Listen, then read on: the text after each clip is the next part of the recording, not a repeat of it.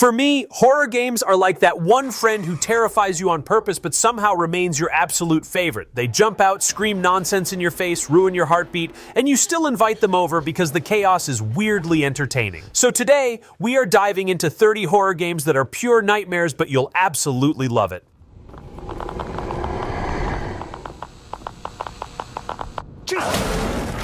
Silent Hill F introduces floral horror, which sounds pretty until you realize the flowers are aggressively dedicated to ruining your whole day. You walk through 1960s Japan as strange growths creep across walls, floors, and sometimes people, turning everything into a botanical nightmare.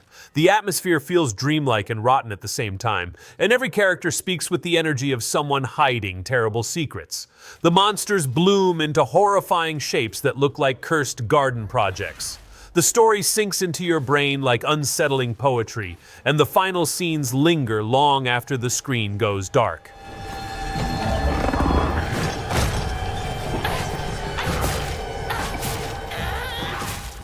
Resident Evil 7 is basically a guided tour of the world's most unfriendly family reunion. You walk into the Baker house hoping to find your wife, and instantly realize you've instead enrolled in a survival workshop run by lunatics.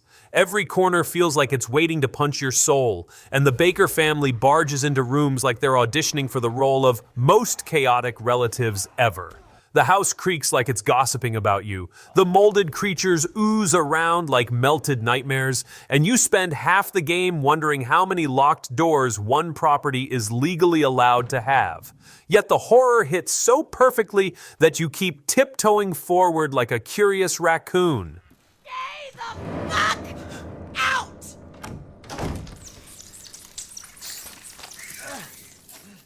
Outlast 2 is what happens when you accidentally wander into a cult's neighborhood meeting and suddenly become the guest of dishonor. You're armed with nothing but a camera battery that dies faster than your motivation on Monday mornings. Every time you turn around, some barefoot villager is whispering suspicious poetry at you, and you start questioning why you ever left your house in the first place. Running becomes your full-time occupation, crouching becomes your personality, and every cornfield transforms into a personal panic chamber. Yet somehow, despite the terror and the smell of imaginary farmland, you keep pushing forward like a brave, dehydrated documentary intern.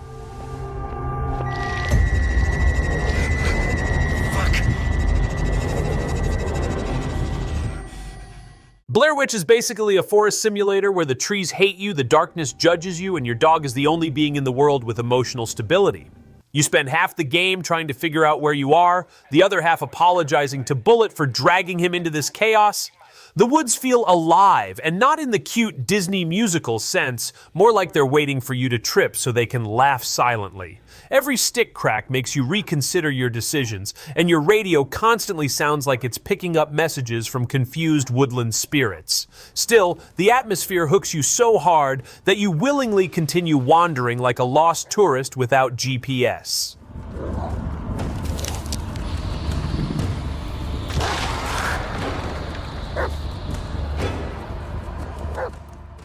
The Evil Within 2 is like being trapped inside a mad artist's Pinterest board, where every image is tagged Nightmare Aesthetic.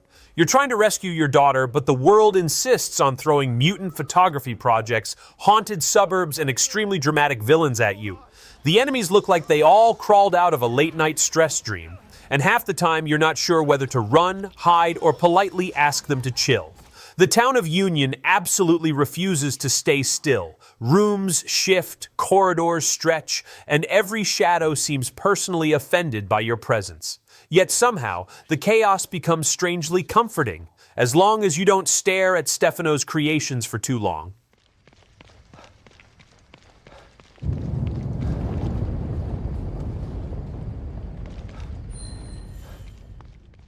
Luto is basically a walking tour through the world's most disrespectful apartment, where every hallway bends like it's trying to win a flexibility contest, and every door opens into something you definitely didn't sign up for. This game feels like your house woke up one day and decided to emotionally sabotage you. Lights flicker, objects move on their own, and the atmosphere is so thick you could butter toast with it. Every time you think you're safe, the environment politely disagrees and shifts into a psychological assault course. It looks simple, but it hits you harder than a jump scare during a quiet scene, and you'll find yourself questioning whether the walls were always this rude.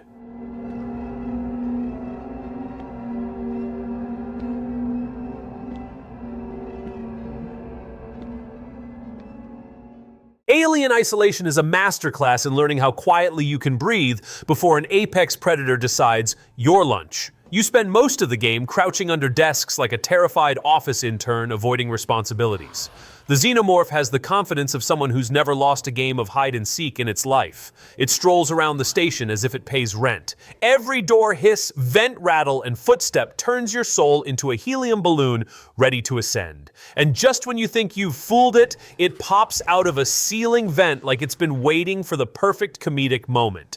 Terrifying? Yes. Unfair? Also, yes. Addictive? Absolutely.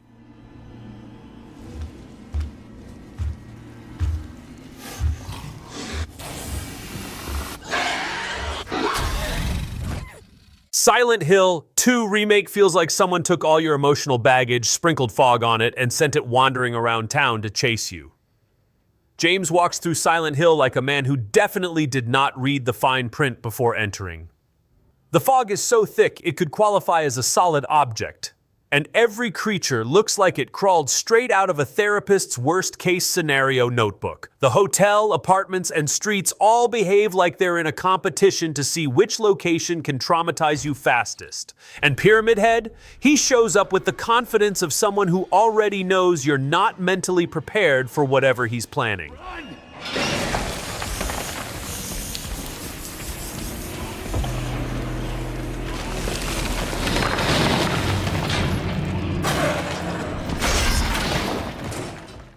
A prologue may be short, but it punches your nerves instantly, like a tiny horror espresso shot. From the first few steps, you're slapped with unsettling whispers, dark hallways, and furniture placement that feels personally threatening. The game constantly acts like it knows something you don't, and it's not planning on telling you until you're already scared beyond reason. Every turn feels like an invitation to regret, and the atmosphere has that something is breathing right behind you charm. It's a bite-sized nightmare that leaves you blinking at the screen, wondering why the floorboards sounded like they were judging your existence.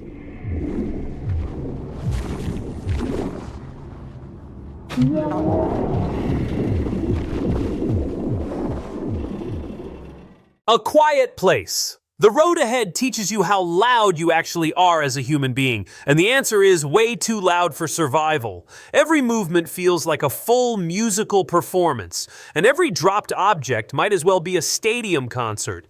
The creatures roam around like noise-sensitive librarians with anger issues, ready to pounce if you even exhale suspiciously. You try to tiptoe through abandoned buildings, but then your character's foot taps a loose can, and suddenly you're reenacting a sprinting scene you never trained for. The game makes you terrified of your own footsteps, your own breathing, and even your own ability to exist in general.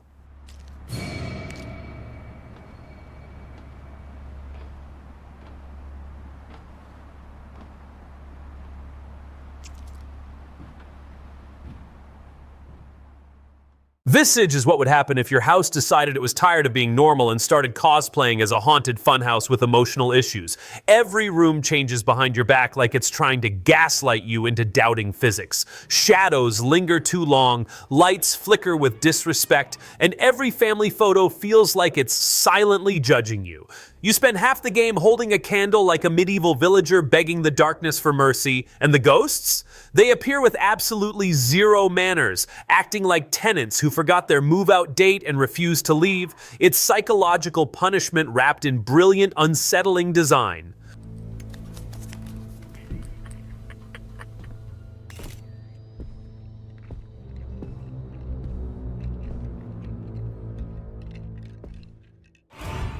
The Until Dawn remake brings back the beloved tradition of screaming at characters who make questionable decisions while you pretend you'd handle things better. The teens roam around snowy mountains like they're participating in a survival challenge no one asked for. Every cabin feels cursed, every hallway hides drama, and the Wendigos appear with unmatched enthusiasm for ruining your evening. You try to keep everyone alive, but your choices spiral into chaos faster than a group chat argument. The visuals are so detailed you can practically see the characters regretting their decisions in real time, while you sit there laughing nervously as everything falls apart.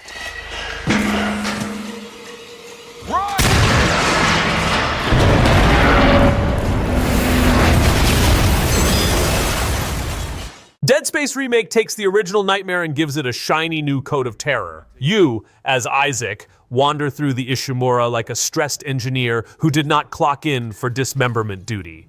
The necromorphs burst out of vents like they've been waiting since breakfast for your arrival, and every hallway hums with suspicious energy. The upgraded visuals make every shadow feel like it's hiding a toothy greeting. Your weapons are loud, your panic is louder, and yet you still march on like someone determined to fix a ship that clearly wants a restraining order. It's gruesome, gorgeous, and disgustingly fun.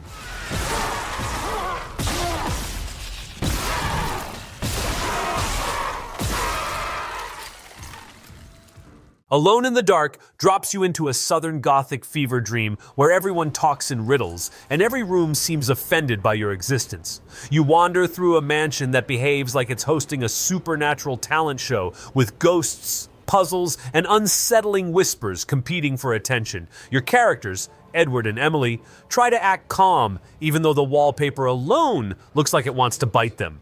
The enemies pop out like uninvited party guests who brought zero snacks but lots of stress. Despite the bizarre atmosphere, you can't stop playing because everything feels like a beautifully weird mystery wrapped in stylish dread.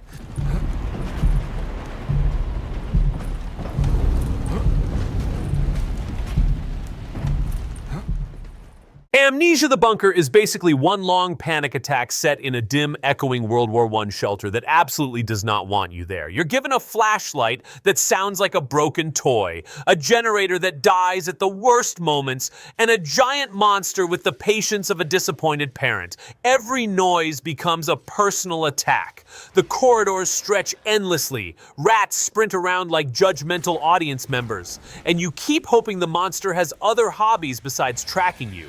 But the tension is so addictive, you push deeper into the darkness, pretending you're brave while your real-life heart rate says otherwise.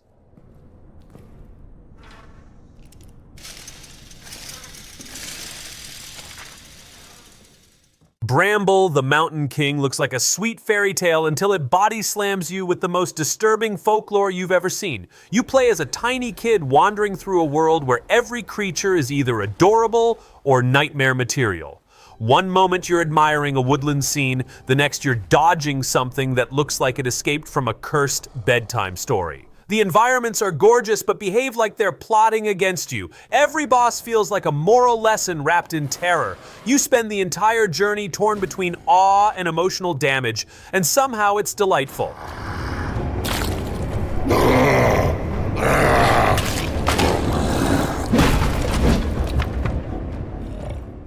Condemned Criminal Origins throws you into a city where every abandoned building feels like it secretly failed anger management. You walk around collecting clues like a detective who accidentally chose nightmare difficulty, while random enemies leap from shadows with the enthusiasm of uninvited street performers. Every mannequin you see looks guilty, every corridor feels like it's judging your bravery, and every sound effect seems designed to remind you that your nerves are flimsy. You swing pipes, flashlights into darkness, and wonder why every suspect has the sprint speed of a caffeinated athlete. It's gritty, chaotic, and absolutely unforgettable.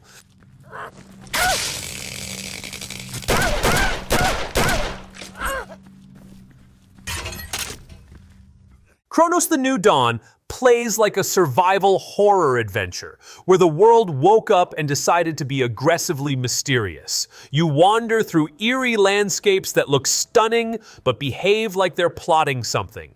Strange creatures roam around like they own the place, and every structure feels handcrafted by an architect who specializes exclusively in unsettling vibes. The story slowly pulls you in until you realize you've been tiptoeing through the game like a tourist in a suspicious neighborhood.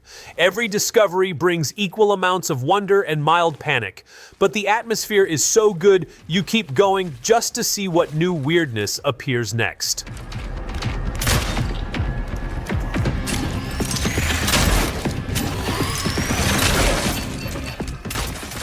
Cry of Fear is the digital equivalent of having your nightmares download themselves and chase you around town. You roam dim streets with a flashlight that barely works, surrounded by creatures that look like someone blended anxiety with gym equipment.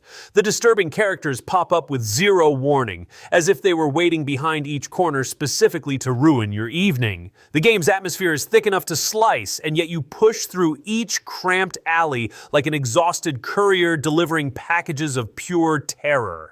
It's dark, weird, unpredictable, and somehow extremely addicting.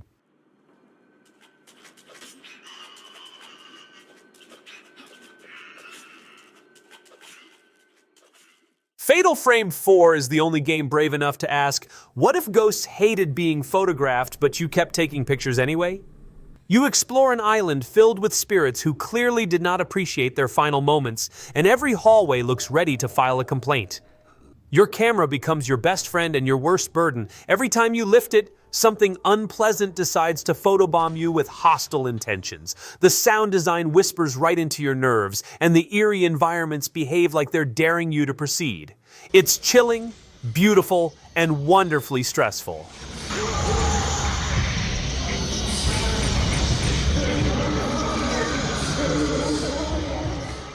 Gylt is a deceptively gentle-looking horror game that quietly hands you emotional baggage while you're busy hiding from shadow creatures with attitude problems. You explore a foggy town that feels like it's stuck between a sad dream and a bad memory, where every corner offers either a heartwarming moment or a jump scare trying to steal your dignity. The monsters stomp around like disappointed librarians, and you sneak past them like a kid avoiding chores. It's spooky without being overwhelming, touching without being cheesy, and unsettling without ever losing its charm.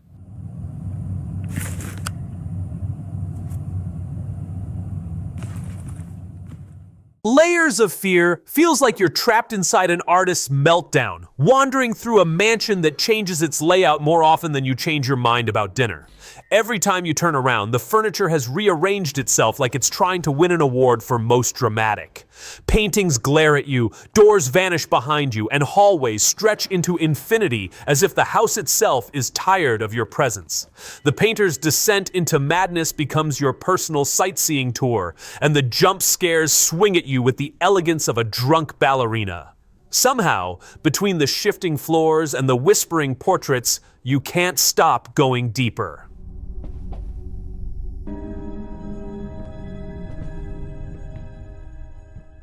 Little Nightmares is like a dark fairy tale where everything wants to either eat you, chase you, or stare at you with unsettling enthusiasm. You play as a tiny raincoat-wearing child navigating oversized nightmares that look handcrafted by someone who loves puppets just a little too much.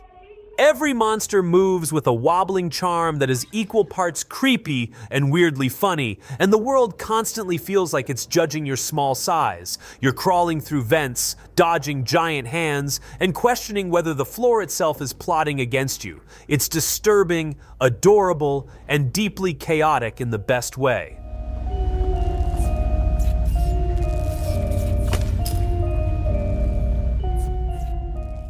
The casting of Frank Stone feels like a movie audition where every contestant is secretly cursed and the script is written by someone who hates your comfort level. You follow a group of characters who behave like they wandered into a horror workshop by accident, only to discover the monsters are punctual and extremely dramatic. The tension builds as choices pile up, and the environment constantly acts like it knows something you don't. Shadows shift, strange symbols appear, and creepy figures lurk around with the grace of confused extras waiting for direction. It's messy, spooky, and a charmingly chaotic narrative ride.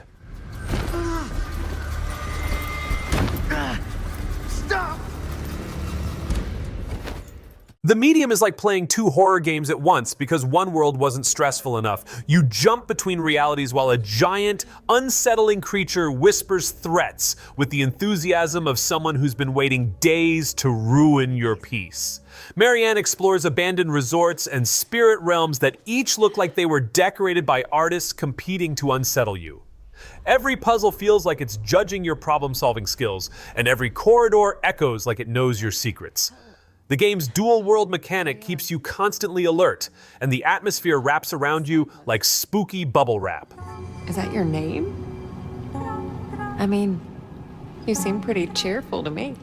Well, it's... The Mortuary Assistant throws you into a night shift where the dead refuse to mind their business. You're supposed to embalm bodies, but instead you find yourself negotiating with demons who pop up like overly playful coworkers with terrible timing.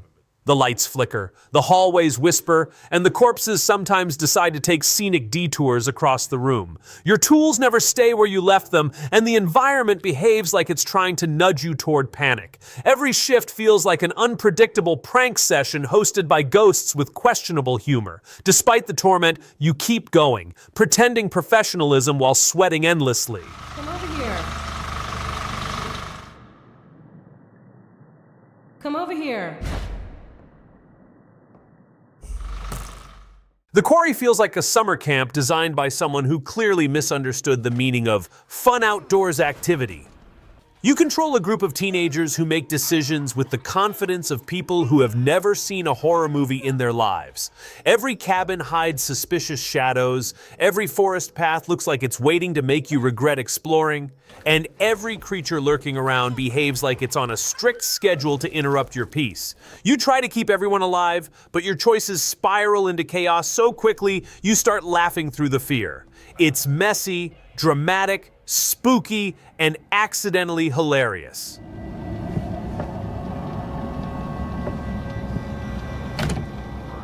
We ain't playing games no more, little girl. Try me, motherfucker. Tormented Souls is a retro-inspired horror experience where the hospital you're exploring seems actively offended that you exist. Strange creatures wobble toward you like they're late for a horror parade, and every room you walk into feels like it decorated itself specifically to ruin your night. The puzzles look simple until you realize they were designed by someone who enjoys watching players suffer politely. You wander through hallways that echo suspiciously, and mirrors behave like portals to places you definitely didn't ask for. It's creepy, stylish, and feels like classic horror mixed with pure panic.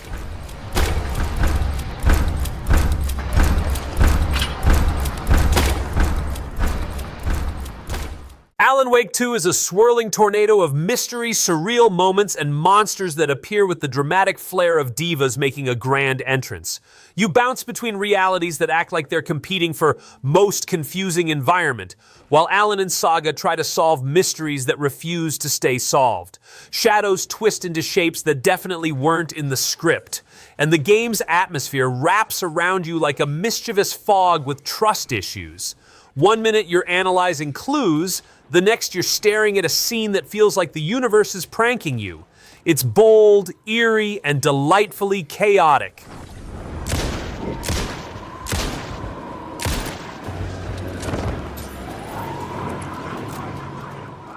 Resident Evil 2 Remake is the definition of I signed up for zombies, not this nightmare in a trench coat. You explore the Raccoon City Police Department, which has more locks than common sense, while zombies stagger around like confused party guests. Just when you're getting comfortable, Mr. X stomps in with footsteps that sound like a doom countdown, following you through rooms like he's inspecting the property. The lighting, atmosphere, and tight corridors make every encounter feel like an unplanned disaster. Yet it's so polished and thrilling that you keep sprinting, dodging, crafting, and panicking with a smile.